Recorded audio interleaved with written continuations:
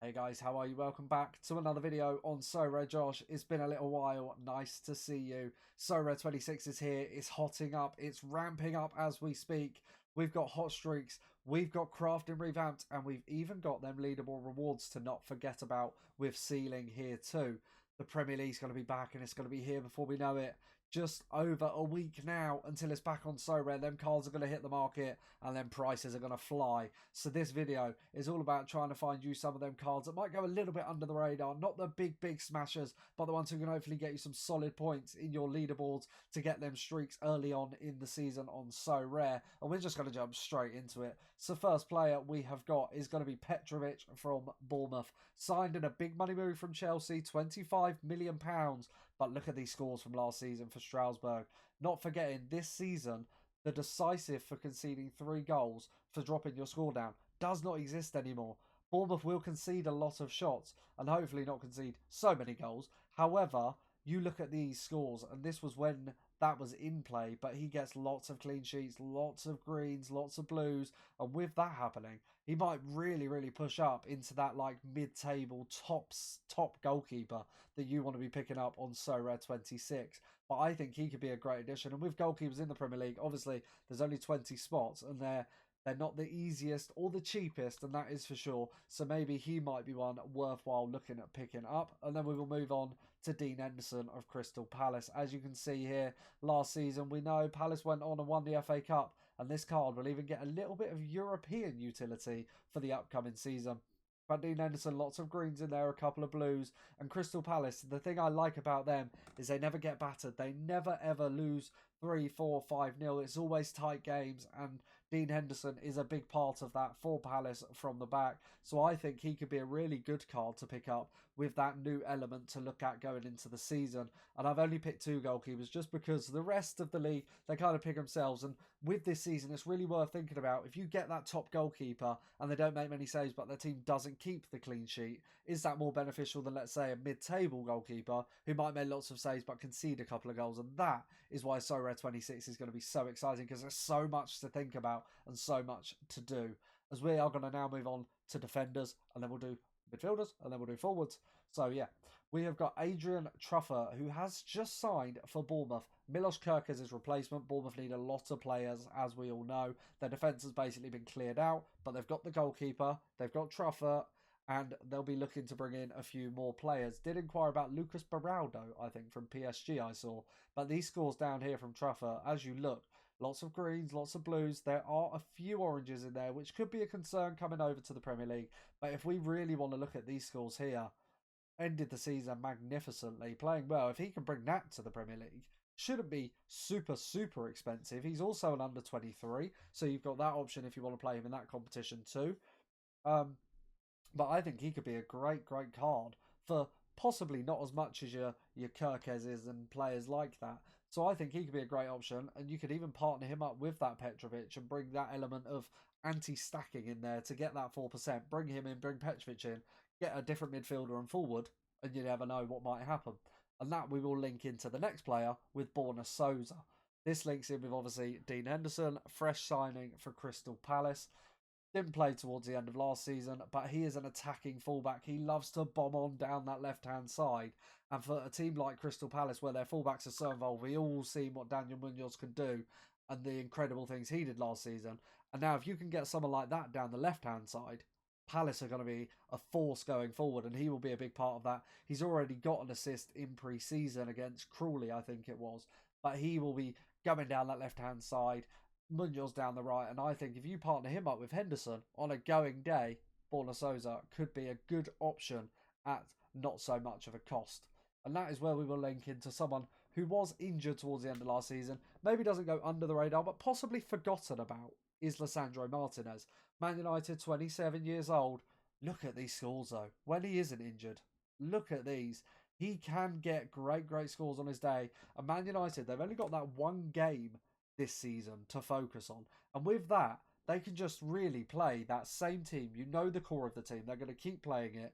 And that is how it's going to be. So if he is in that team, which you would imagine he will be, and he can get these types of scores, if he is that forgotten player, then you never know. Get him in your squad And if you're looking at these types of scores here, you're going to be really, really happy with him.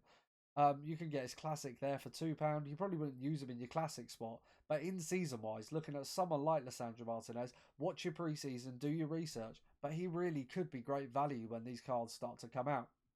That's where we'll move on to our midfielders. So we have got Pierre-Emmanuel Enquiries, who has signed for £35 million for Sunderland. So his scores, as you can see here, very consistent. Like your Moises Caicedo, players like that. Obviously, Rodri's your top smasher from this position. But players like Caicedo, Gravenberch, McAllister, these are these types of scores here. And as you can see, if you had him in your lineup last season, he's never going to get you to the top of the leaderboard. But he'll get you a solid 50, 50, 60. And with that collection score and the anti-stacking side of it now, with the obviously cap to 60 coming in too, having someone like him in your midfield spot, you never know. It might be able to push you up these leaderboards and your hot streaks. And with someone like him in there, with Sunderland signing some other great players, like with Granit Xhaka and the signings that they have made, taking their spending well over £100 million, he really could be a player to settle into the Premier League and to pick up at obviously not so much of a premium playing for Sunderland. Then we will move on. So this is Luka Vuskovic, and this is actually going back to a defender, so apologies for that.